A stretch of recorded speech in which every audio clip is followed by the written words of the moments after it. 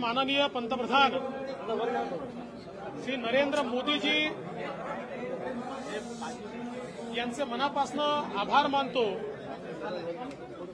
की रक्षाबंधनाच्या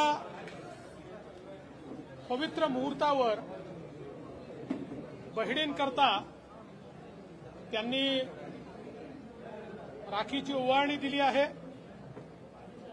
आणि विशेषतः गॅस सिलेंडरचे दर 200 रुपयांनी कमी करून निश्चितपणे एक प्रकारचा दिलासा दिलाय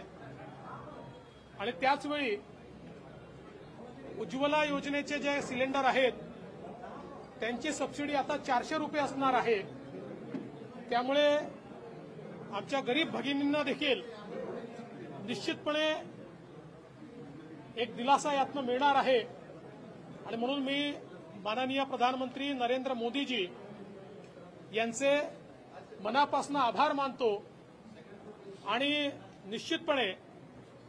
आमच्या भगिनी याचं स्वागत करतील हा विश्वास व्यक्त करतो।